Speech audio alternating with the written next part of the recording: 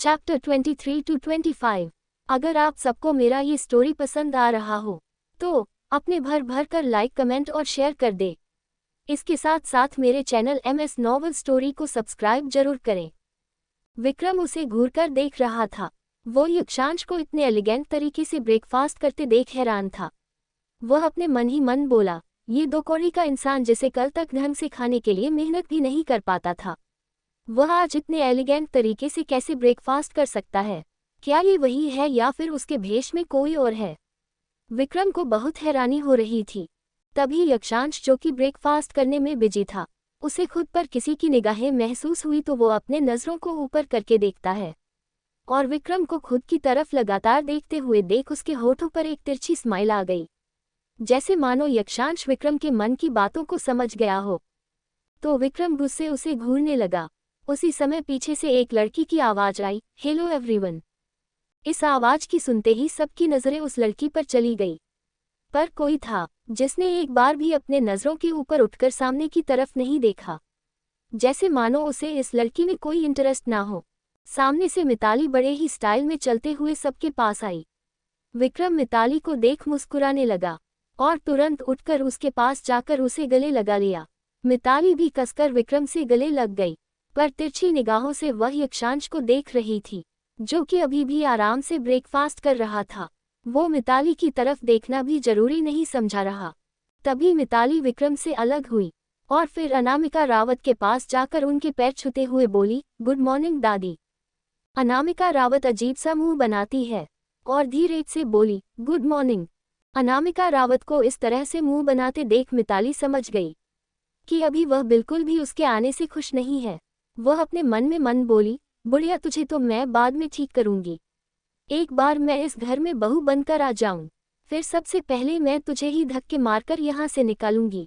उसके बाद मैं अपने यक्षांश के साथ मजे करूंगी। ये सब सोचते हुए मिताली एक बार फिर से यक्षांश की तरफ देखती है, जो कि उसकी तरफ देख भी नहीं रहा था। वह फिर रीना जी और अशोक जी से भी जाकर मिलती है। रीना जी को भी मिताली का आना अच्छा तो नहीं लगा, क्योंकि वो अपने बेटे के लिए बड़े घर की बेटी चाहती थी, पर वह अभी कुछ कर नहीं सकती थी, इसलिए बस अपने होठों पर नकली मुस्कुराहट लिए बोली, गुड मॉर्निंग बेटा, कैसी हो तुम? मिताली बोली, बहुत अच्छी आंटी। फिर कुछ सोचते हुए मिताली यक्षांश की तरह बढ़ी, लेकिन तभी यक्षांश चेयर पर से खड़ा हुआ और अनामिका रावत की तरफ देखते हुए बोला, दादी मेरा हो गया, मैं रूम में जा रहा हूँ और जल्दी से तैयार होकर मुझे ऑफिस निकलना है, क्योंकि आज मेरी एक इम्पॉर्टेंट मीटिंग है। अनामिका रावत उसे देख मुस्कुराए और बोली, ओके बेटा, तुम जाओ, जाकर रेडी हो जाओ। यक्षांश अपने रूम की तरफ चला। मिताली बस अपने हाथों की मुट्ठी बनाए अपने जगह पर खड़ी थी। वो समझ गई थी कि यक्षांश जानबूझकर यहाँ से गया है, लेकिन फिर भी वो भी बहुत जिद्दी थी। उसने सोच लिया था कि यक्षांश को तो वह अपना बना कर रहेगी। तभी विक्रम मिताली के हाथ को पकड़कर बोला, मिताली तुम इतनी सुबह सुबह यहाँ आई हो, तो चलो अब पहले ब्रेकफास्ट कर लो। मिताली भी अपने होठों पर स्माइल लिए बोली, ठीक है बेबी, मेरा बस तुमसे मिलने का मन किया था, इसलिए मैं आ गई। फिर वो विक्रम के बगल वाले चेयर पर बैठ गई और सबके साथ ब्रेकफास्ट करने लगी। अनामिका रावत को तो मिताली पर बहुत गुस्सा आ रहा था। वो मिताली की तरफ देखते हुए अपने मन ही मन बोली, मिताली मैं तुम्हारे इरादे को बहुत अच्छी तरह से समझ चुकी हूँ। पहले तो तुमने अपने ही पति को धक्के मारकर अपने घर से निकाल दिया, और अब जब पता चला है कि तुम्हारा वही पति करोड़ों की प्रॉपर्टी का मालिक है, तो फिर तुम उसे अपना बनाना चाहती हो। पर नहीं, मैं ऐसा बिल्कुल भी नहीं होने दूंगी। इससे पहले कि तुम मेरे पोते के करीब जाओ, मैं पहले ही उसकी लाइफ में किसी और को ला दूंगी। ये सब बोलते हुए अनामिका रावत किसी गहरी सोच में डूबी हुई थी। सभी ब्रेकफास्ट करके अपने रूम में चले गए। विक्रम मिताली को लेकर अपने रूम में गया और उसे बेड पर बैठने का बोल वॉशरूम में फ्रेश होने के लिए चला गया। थोड़ी देर बाद वो तैयार होकर बाहर आया, फिर मिताली के साथ रूम से बाहर आ गया। उसी समय यक्षांश भी रूम से रेडी होकर अपने लंबे लंबे कदमों के साथ सीढ़ियों से होते हुए नीचे उतर रहा था। ग्रे कलर के 3 पीस सूट में एक सांस बहुत ही कातिलाना लग रहा था। उसने अपने लंबे बालों को जेल से सेट किया था।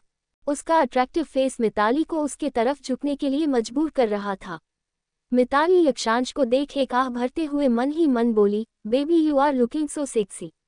मेरा मन तुम्हें अभी काट खाने को कर रहा है। जी कर रहा है मैं अभी के अभी तुम्हें पूरा खाई जाऊं।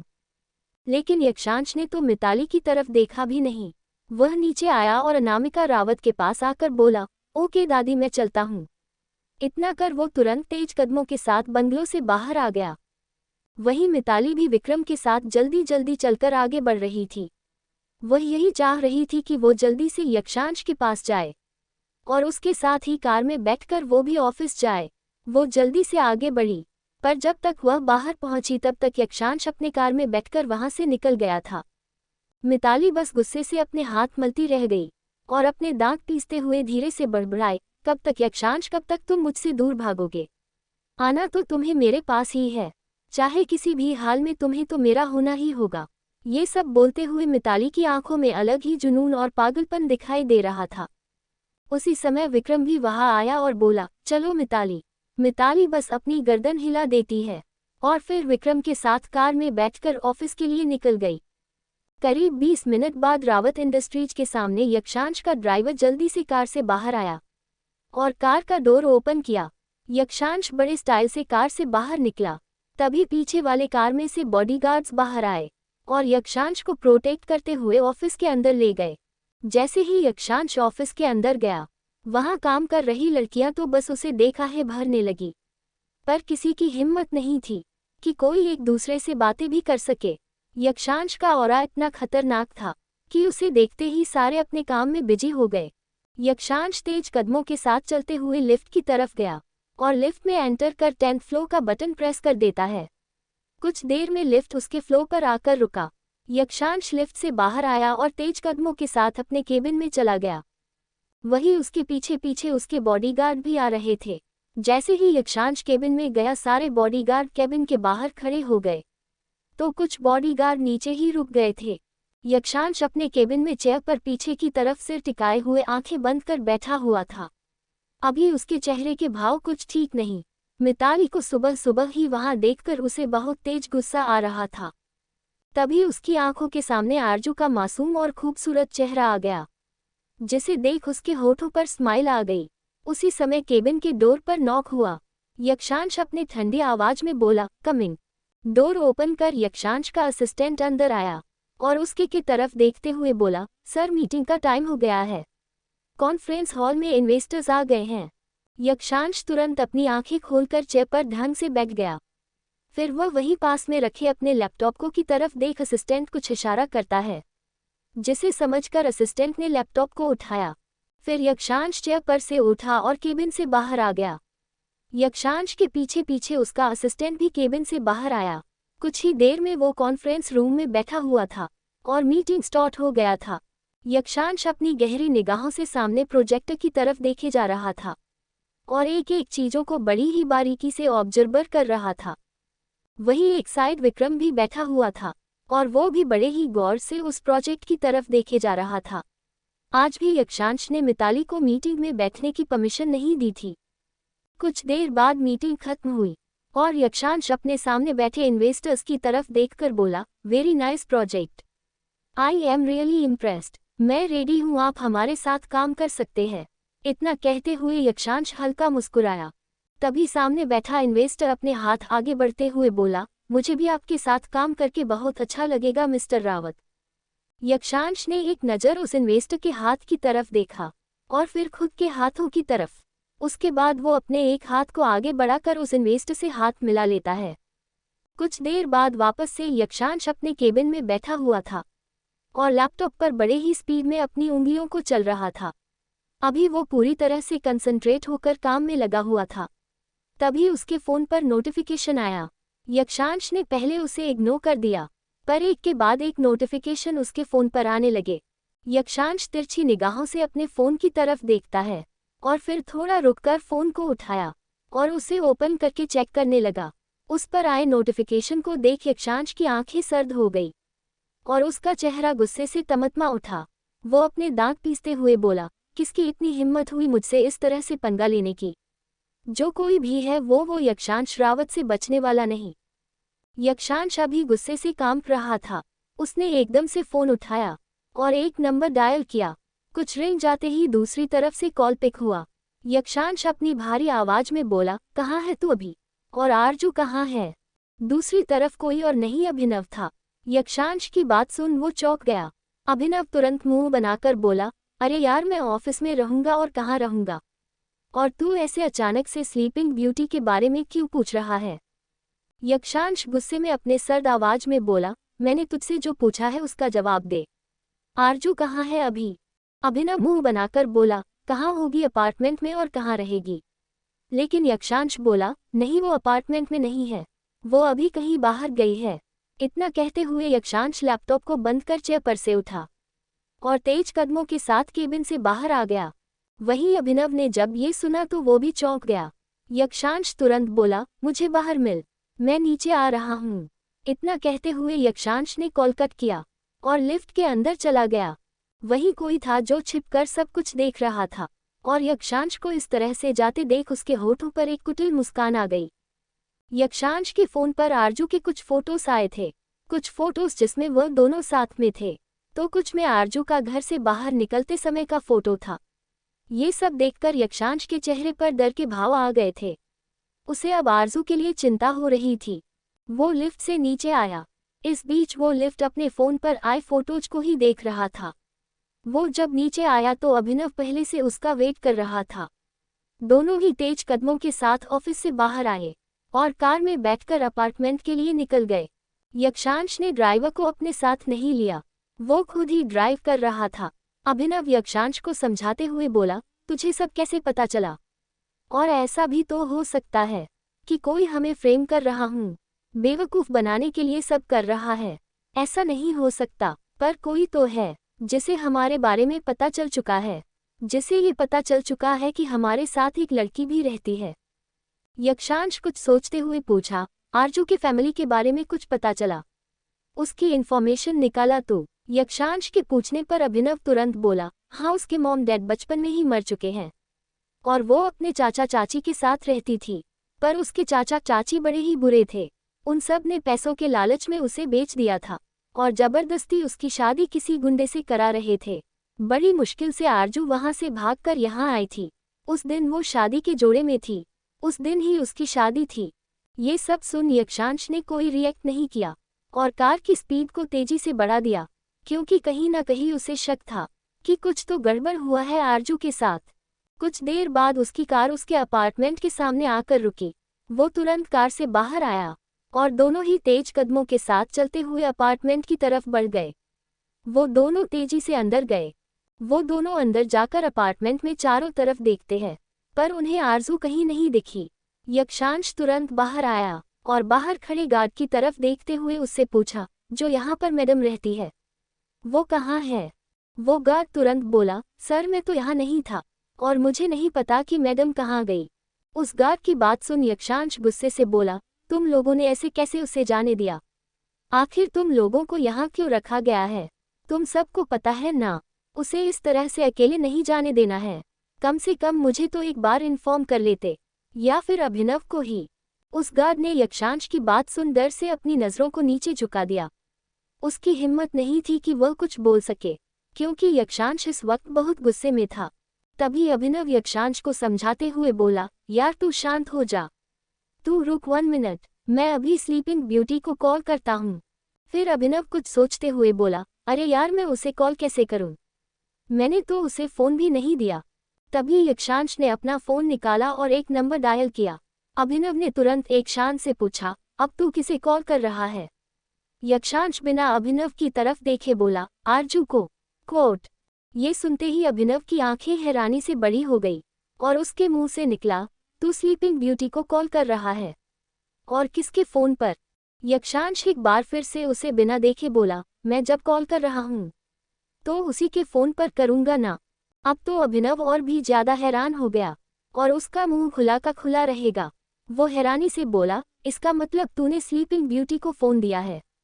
मैं सही कह रहा हूँ ना, बता मुझे। यक्षांश अब पूरी तरह से इरिटेट हो गया था। एक तो पहले ही आरजू उसका फ़ोन नहीं पिक कर रही थी और अभिनव के इतने सवाल सुन वो गुस्से से चिल्लाते हुए बोला, डैम इट, ये कॉल क्यों नहीं पिक कर रही है? एक अंधेरे कमरे के अंदर एक लड़की बेहोश पड़ी हुई थी। धीरे धीरे जब उस लड़की की आंखें खुली तो खुद वो को अनजान जगह पाकर घबरा गई, और जैसे ही उठने को हुई उसे महसूस हुआ कि उसके हाथ और पैर बंधे हुए हैं।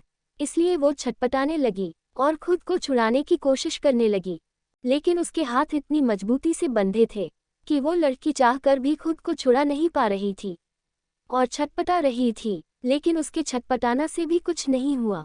काफी देर की कोशिश बाद वो लड़की खुद को छुड़ा नहीं पाई, तो थक हार कर वो उसी तरह रूम के कोने में बैठी रही, और वो डर के कारण उसके आंखों से आंसू निकलने लगे। फिर वो मन ही मन बोली, ये मैं कहाँ हूँ? किसने मुझे यहाँ बंद कर रखा है? कौन है जिसने मुझे यहाँ रखा है?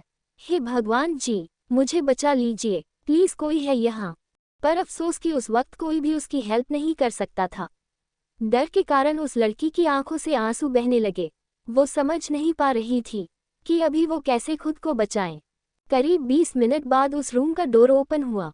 डोर ओपन होते ही लड़की की नज़र सामने की तरफ गई, तो सामने से एक औरत चल कर आई। उस औरत को देखते ही वो लड़की घबरा गई और डर से बुरी तरह से कांपने लगी। तभी वो औरत उस लड़की के पास आकर उसकी तरफ देखते हुए बोली, ओ लाडो रानी, आंखें खुल गई तुम्हारी। वह लड़की फिर से छटपटाते हुए खुद को छुड़ाने की कोशिश करने लगी। ये देखकर वह औरत बोली, क्या कर रही हो लाडो रानी? इस तरह से तुम हमसे नहीं बच सकती। पिछली बार तो तुम भाग गई थी, लेकिन इस बार नहीं। इस बार मैंने पूरी तैयारी कर रखा है और अब इस पर मेरा प्लान फेल नहीं हो सकता। इतना कहते ही वो औरत उस लड़की के पास गई और उसके बालों को कसकर पकड़ लेती है, जिससे उस लड़की को बहुत तेज दर्द हुआ। उसके चेहरे पर दर्द के भाव साफ दिखाई दे रहे थे। तभी वो औरत एक थप्पड़ खींचकर उस लड़की की गाल पर मारती है, जिससे उस लड़की का चेहरा एक साइड झुक गया और उसकी आंखों से आंसू गिरने लगे। वह औरत चिल्लाते हुए बोली, तुझे क्या लगा कि तू भाग जाएगी और मुझे पता नहीं चलेगा? हम तुझे ढूंढ नहीं पाएंगे। बहुत बेइज्जती हुई है तेरे कारण हमारी, पर अब और नहीं, अब सारी बेइज्जती का हिसाब होगा। इतना कहते हुए वो औरत उस लड़की के गालों को कसकर दबा देती है, जिससे उस लड़की के चेहरे पर और भी ज्यादा दर्द के भाव आ गए और आंखों से तेजी से आंसू गिरने लगे। वही वो औरत उस लड़की को गुस्से से देखते हुए बोली, अब अगर तूने कोई भी चालाकी की तो तेरे हाथ पैर काट कर रख दूंगी और वो हाल करूंगी कि तू खुद से अपनी नजरें नहीं मिला पाएगी। इतना कहते हुए वो औरत एक झटके में उस लड़की के गालों को छोड़ देती है, जिससे उस लड़की का चेहरा दूसरी तरफ झुक गया और उसकी आंखों से तेजी से आंसू गिरने लगे। फिर वो लड़की उस औरत की तरफ देखते हुए रोते हुए इशारे में कुछ बोलने लगी। तभी वो औरत बोली, मुझे तेरी बातें नहीं समझ आ रही और ना ही मुझे तेरी बातें समझनी है, इसलिए अपना ये ड्रामा बंद कर और हाँ ये ले।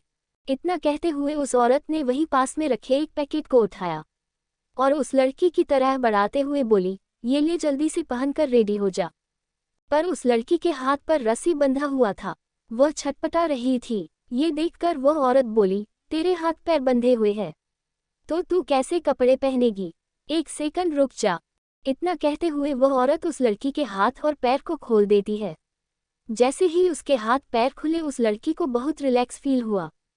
फिर वो लड़की रोते हुए उस औरत की तरफ देख अपने दोनों हाथों को जोड़कर विनती करने लगी, जैसे कह रही हो, मुझे जाने दो, प्लीज मुझे जाने दो।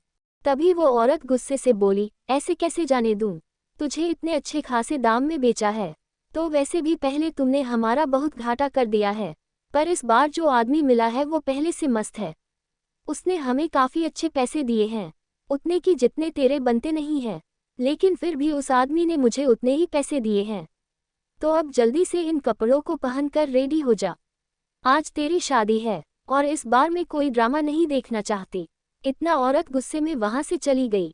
वहीं वो लड़की अपने हाथ में पकड़े कपड़ों को एक साइड फेंक देती है और नीचे बैठकर घुटनों में अपना चेहरा छुपा के फूट फूट कर रोने लगी। वो औरत जाते हुए रूम को बाहर से लॉक कर देती है। वहीं दूसरी तरफ यक्षांश आरजू के लिए बहुत बेचैन था। उसे अंदर ही अंदर बहुत घबराहट हो रही थी। अभिनव के चेहरे पर परेशानी के भाव थे। वो समझ नहीं पा रहा था कि आखिर आरजू अचानक से कहाँ जा सकती है। कुछ सोचते हुए यक्षांश अपने फ़ोन में जल्दी जल्दी कुछ टाइप करने लगा, तो अभिनव गुस्से से बोला, ये तू क्या कर रहा है?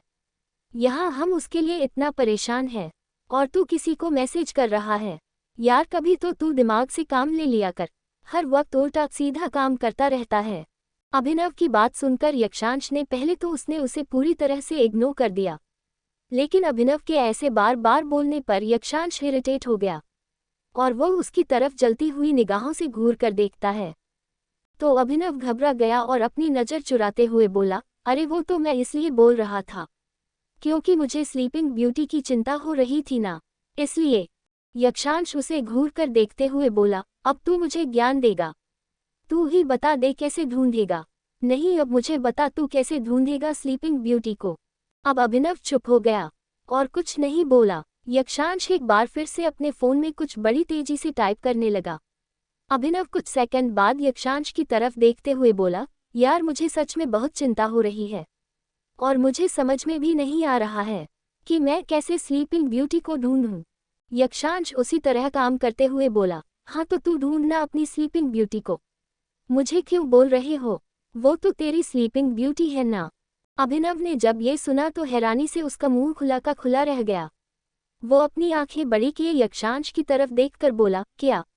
वो तो मैं बस उसे स्लीपिंग ब्यूटी बुलाता हूँ। मैंने कब कहा कि वो मेरी स्लीपिंग ब्यूटी है? वो तो मैंने तेरे लिए उसे रखा है। यक्षांश ये सुनते ही अभिनव की तरफ तीखी नज़रों से देखता है। तो अभिनव अपने दांत दिखा दिया और हंसते हुए बोला, तू इतना गुस्सा क्यों हो रहा है? शांत हो जा, शांत हो जा मेरे भाई, रुक एक सेकंड। इतना कहते हुए अपने जल्दी से अपार्टमेंट के अंदर गया और एक ग्लास पानी लेकर बाहर आया।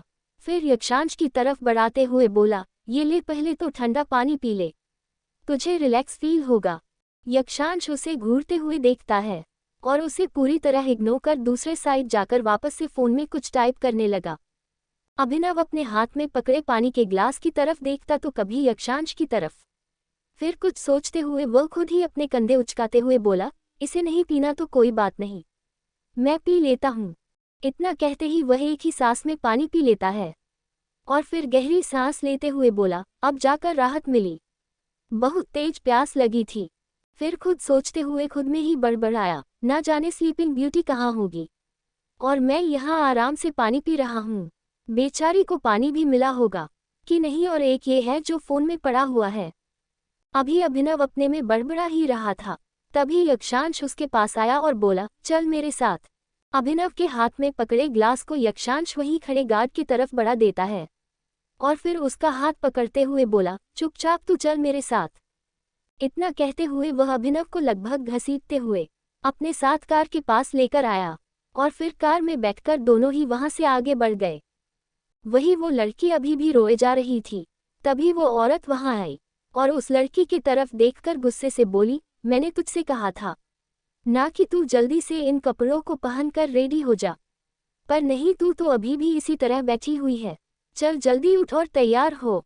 वह लड़की उस औरत की तरफ देख फिर से हाथ जोड़ लेती है, जैसे मानो कह रही हो कि प्लीज मुझे जाने दो ना, मेरे साथ ऐसा मत करो। उस लड़की के ऐसा करने से वो औरत चिल्लाते हुए बोली, इतने सालों से तुझे पाल पोस कर बड़ा इसलिए नहीं किया कि तू अपनी मनमानी करती रहेगी और हमारी बात नहीं मानेगी। चुपचाप से अपना ये ड्रामा बंद कर और जल्दी से कपड़े पहनकर रेडी हो जा, वरना मैं तुझे छोड़ूंगी नहीं। पर वो लड़की अभी भी अपनी जिद पर अड़ी रही, वो कपड़े नहीं पहन रही थी। तभी उस औरत को गुस्सा आया और वो औरत आगे बढ़कर उस लड़की के गाल पर एक तेज थप्पड़ मारते हुए बोली, तू इसे नहीं मानेगी ना, रुक मैं भी तुझे बताती हूँ। इतना कहते हुए वो औरत अपने कमर में टंगे छोटे से पसमे से अपना फोन निकाली और उसमें कुछ खोलकर उस लड़की की तरफ दिखा देती है। वो लड़की जैसे ही उस फोन की तरफ देखती है तो उसकी आंखें हैरानी से फैल गई और वो रोते हुए उस औरत की तरफ देख एक बार फिर से हाथ जोड़कर गिड़गिड़ाने लगी। ये देख वो औरत उस लड़की के बालों को कसकर पकड़ते हुए बोली, मेरे सामने ड्रामा बंद करना, जैसे तूने अभी देखा ना उसका मैं वो हाल करूँगी कि तू भी याद रखेगी। और देख, ये तेरी बहुत अच्छी फ्रेंड है ना, जान बसती है ना तेरी उसमें, वो हमेशा तुझे मुझसे बचाती आई है और आज तू अपनी फ्रेंड के लिए कुछ नहीं करेगी। गौर से देख अपनी फ्रेंड को, तेरी फ्रेंड जो अभी बेहोश पड़ी हुई है और उसके आसपास खड़े हुए आदमियों उसे कैसी निगाहों से देख रहे हैं। बस मेरे एक इशारा करने भर की देरी है, वो सभी उस पर टूट पड़ेंगे। फिर तू सोच तेरी दोस्त का क्या हाल होगा। वो लड़की फिर से रोने लगी, जिस पर वो औरत बोली, अब बोल मेरी बात मानेगी या नहीं, या फिर मैं अभी इन लड़कों को फोन करके बोलूं। फिर वो सभी आदमी तेरी फ्रेंड पर किसी भूखे भेड़िए की तरह टूट पड़ेंगे। वह लड़की अभी भी रो रही थी। ये देखकर औरत बोली, ठीक है तो तू नहीं मानेगी, तू चाहती है कि तेरी फ्रेंड की इज्जत लूट जाए। ये कहते हुए औरतों जैसे ही एक नंबर डायल करने लगी। ये देख वो लड़की उस औरत के हाथ को तुरंत पकड़ लेती है और उसे रोकते हुए ना में अपने सिर को हिला देती है। तो वो औरत बोली, तो अब बता, सोच लिया तूने कि अब तू तैयार होगी। वो लड़की रोते हुए ही अपने सिर को हाँ में हिला दी। ये देख वो औरत खुश हो गई और उस लड़की से बोली, जा जल्दी से उस कपड़ों को उठा और तुरंत पहन कर रेडी हो जा। वो लड़की रोते हुए वही एक साइड रखे कपड़े के पैकेट को उठाती है और उसी रूम में बने छोटे से वॉशरूम की तरफ बढ़ गई। थोड़ी देर में वो लड़की उस कपड़े को पहनकर रेडी हो गई। वो औरत अभी भी वही खड़ी थी। उस लड़की को वॉशरूम से बाहर आते देख वो औरत उस लड़की की बलाया लेते हुए बोली, कमाल की लग रही है तू सच में। जैसे ही मेरा आदमी तुझे देखेगा तो मुझे तो लगता है वह हमारे पैसे डबल कर देगा, तेरे दामन बढ़ जाएंगे। कसम से आरजू कुछ भी कह, तेरे माँ बाप ने एक चीज अच्छा किया, जो इतनी खूबसूरत लड़की को पैदा किया। अब तो हमारी जिंदगी संवर जाएगी। देख आरजू, तुझे हमने बचपन से पाल पोसकर बड़ा किया है, तो तू क्या नहीं चाहती कि तेरे चाचा चाची को कुछ खुशियां मिल जाए? बदले में तुझे थोड़ी सी तकलीफ मिलेगी तो क्या हो जाएगा, तेरे बड़े तो खुश रहेंगे। सामने खड़ी आरजू जो बस लगातार रोए जा रही थी, वो अपने सामने खड़ी अपनी चाची की तरफ देख यही सोचती है कि कैसी औरत है ये, एक औरत होकर दूसरी औरत की इज्जत लूटवाने पर तुली हुई है। सच ही कहा गया है, दुनिया में एक औरत ही दूसरी औरत की दुश्मन होती है। आरजू के मन में ये सब चल रहा था। फिर उसकी चाची आरजू की कलाई को पकड़कर अपने साथ रूम से बाहर लेकर आई। थोड़ी दूर पर ही आंगन में पंडित जी बैठे थे और हवन कुंड जल रहा था। वहीं पर एक छोटा सा मंडप बना था। आरजू लगातार बस रोए जा रही थी।